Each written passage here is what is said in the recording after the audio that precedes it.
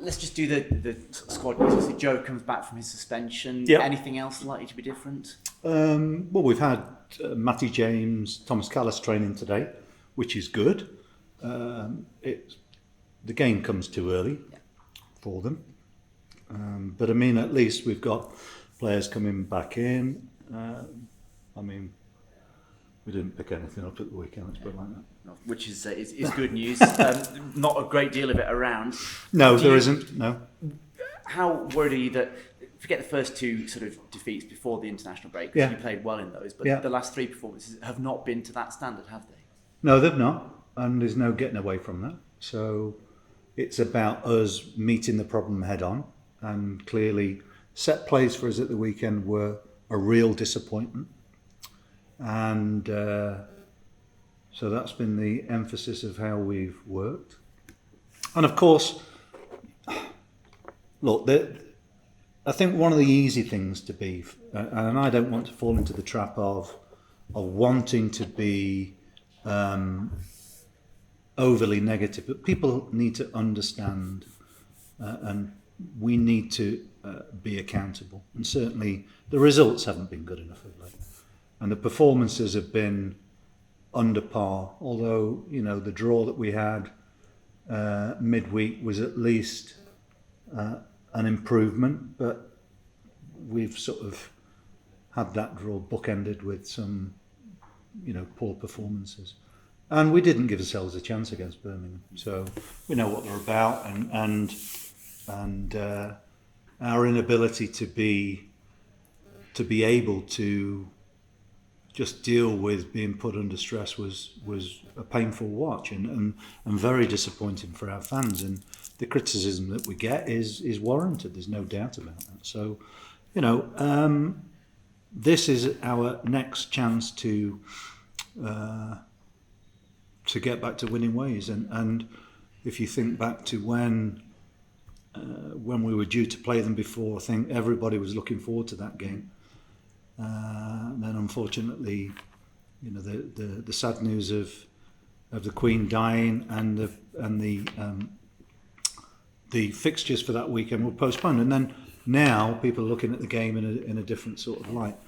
But look, they're the same players and we've got the same players. So we've just got to make sure that we meet the challenges head on, and both staff and players alike have to accept the responsibility. It's quite straightforward in my head.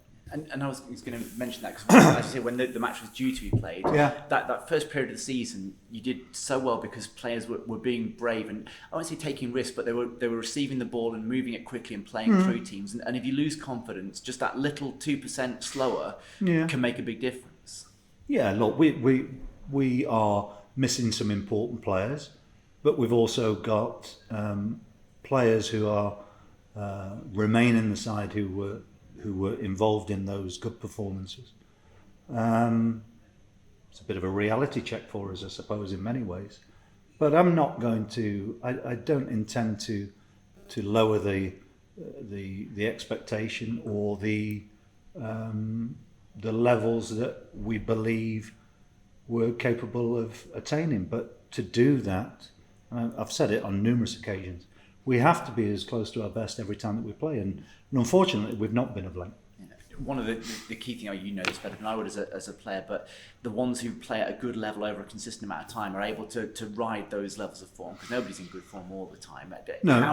How do players get themselves out of a little slump and get that confidence back and the chest puffed out? Well, it's easier if collectively we remain united. I think there have been little signs that we've isolated each other, and I think that is down to sometimes the blend of characters that we have. But I mean, they're the players that we've got, and I still believe that we can turn it around.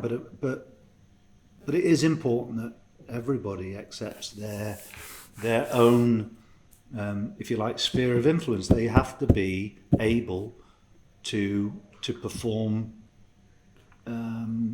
themselves to the job that they need to do. I mean, when you look at and I've said to the players today, the most reliable unit that we've got at the moment is our forwards, and you don't often say that.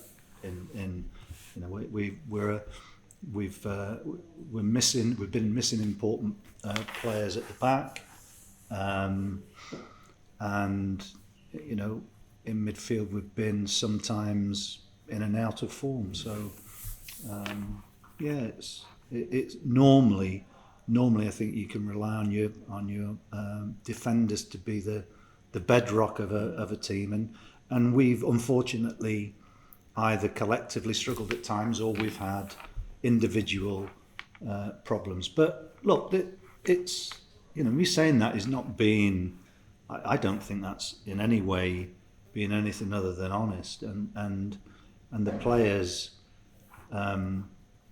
will always get the support of both me and the staff, and I think it's important that we continue to work in a way with them that allows them the opportunity to find their feet again, and we'll do that. Yeah.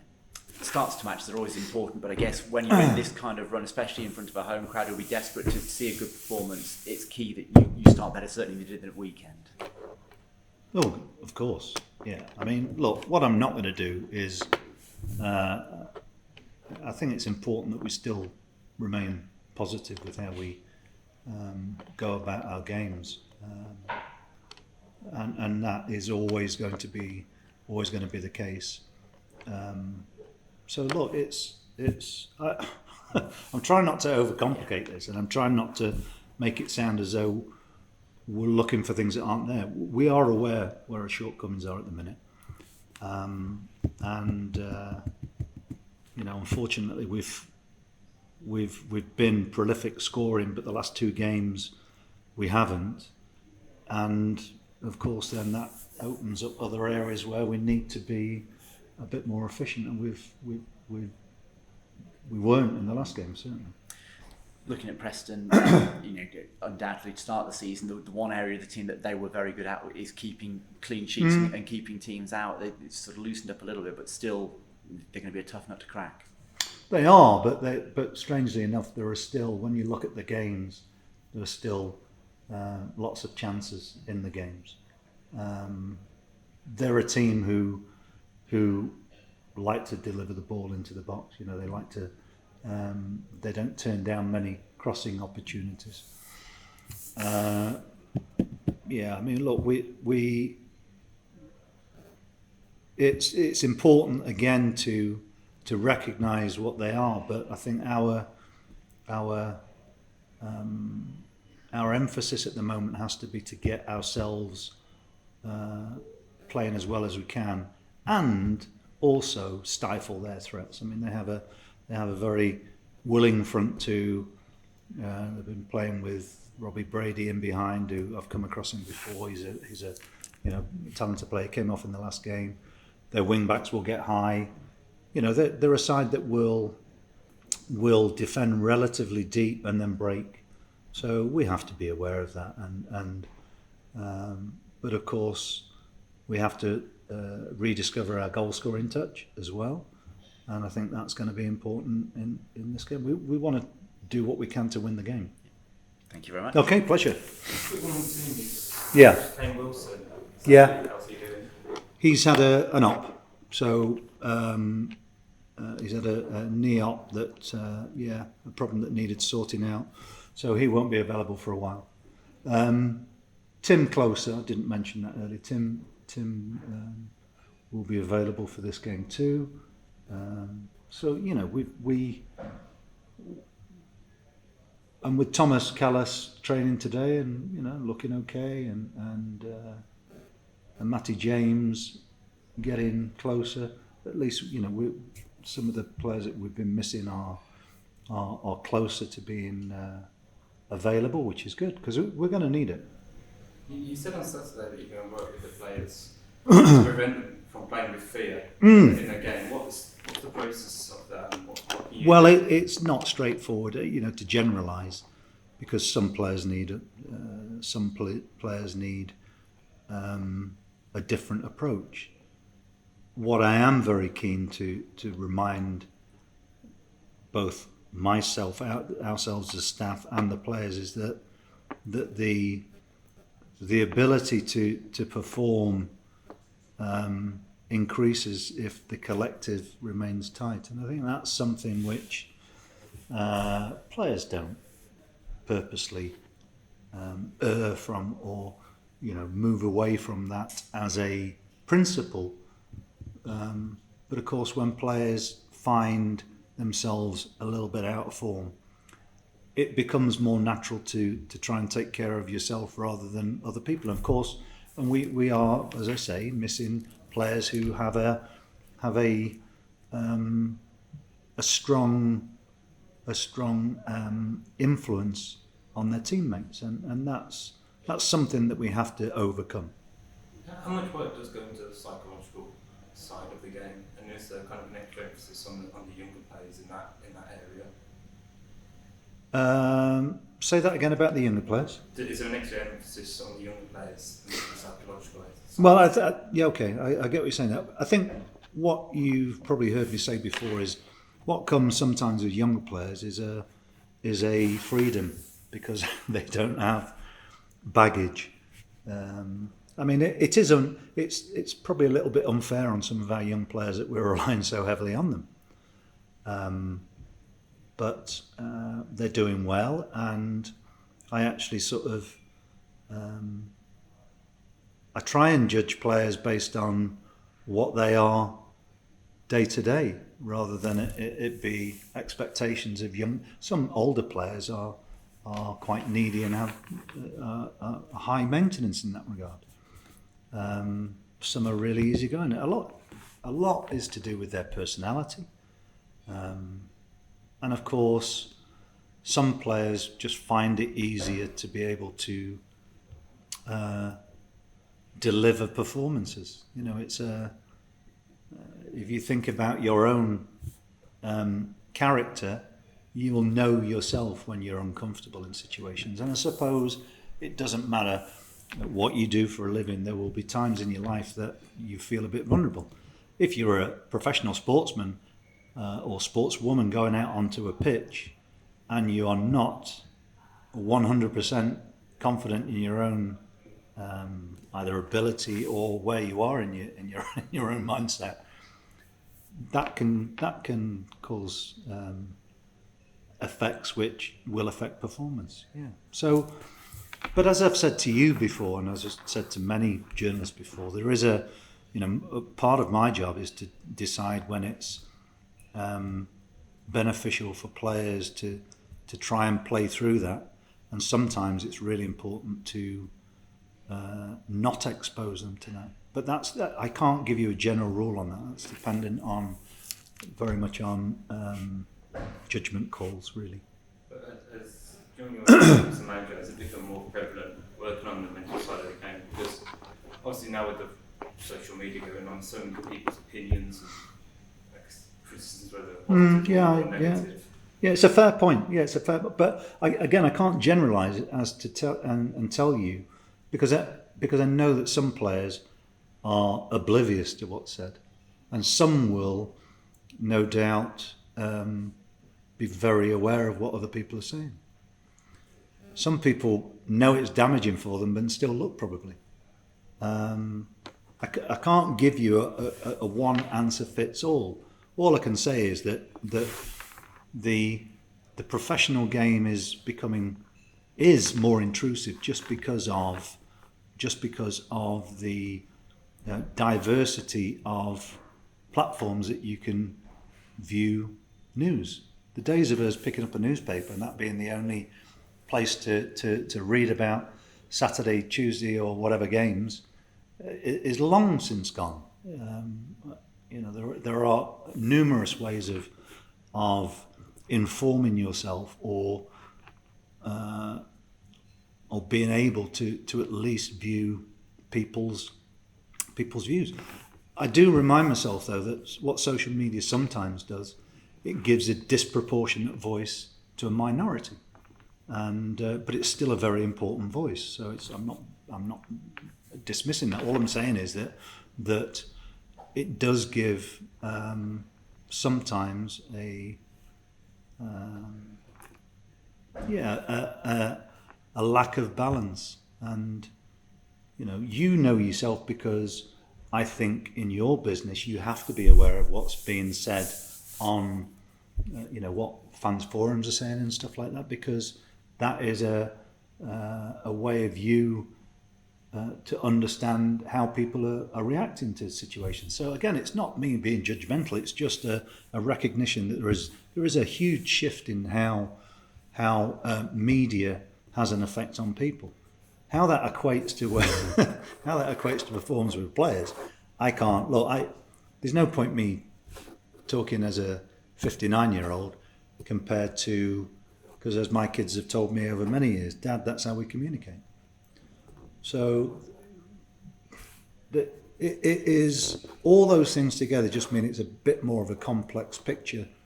And I think the most important thing is when players come to work here, that it's at least an environment in which they are judged based on a set of parameters that is clear. And that is that we are a team, all of us, players, staff alike, and our best chance of success is to remain within those parameters and work together. So, sometimes it's a siege mentality can be beneficial. Sometimes it can be detrimental. But I try not to generalise too much, because it's important to recognise individuals' needs in a team environment still. Going back on the pitch. Yep. Some players probably haven't shown the form in the last few games as they have done before the international break. I've shown what, sorry? The same form. Yeah. Since the international break. Mm. What tools do you use to, say, you as a collective, to try and get them back to those levels? Because the squad size is so small, you don't really have the luxury of bringing a player out and resting them for a couple of games. It's not. I don't view it as being a luxury. It's just one of the mechanisms that we have in some areas of the team, but not in others. And so, what that can do in some ways is create an imbalance of selection. And if you look at, our forwards are fit, all of them, and they're all chomping at the bit, and whoever's left out will probably be disappointed and be a little bit unlucky. And then there are other areas of the side in which needs must, and players may have to play through a bit of a dodgy spell. It's life. So there's no, one of the important messages that I try to both believe in and work towards in terms of a value would be to be fair. But fairness is, you ask some of the players and they won't feel that they've had a fair chance, where others probably get more chances. But that is down to, we're in the process of still rebuilding, and I've pointed out on many occasions that our rebuild is going to take longer than we would all like it to take because of other factors. So again, if people think it's an excuse, fine, but that's the reality of where we are, and so trying to keep on an even for somebody like myself who's managing the team, I have to try and remain as level as possible. That doesn't mean that there aren't times that there are interventions that need to be made, and some of them are quite severe, as the players have been aware of. And there are other times that it's we can ill afford to do that. So again, there's no point moaning about anything. We're in the situation that we're in. We've made progress. We've let ourselves down somewhat over the last, so certainly on Saturday, in terms of level of performance, what we need now is a response, and we need a collective response which helps us to move forward again.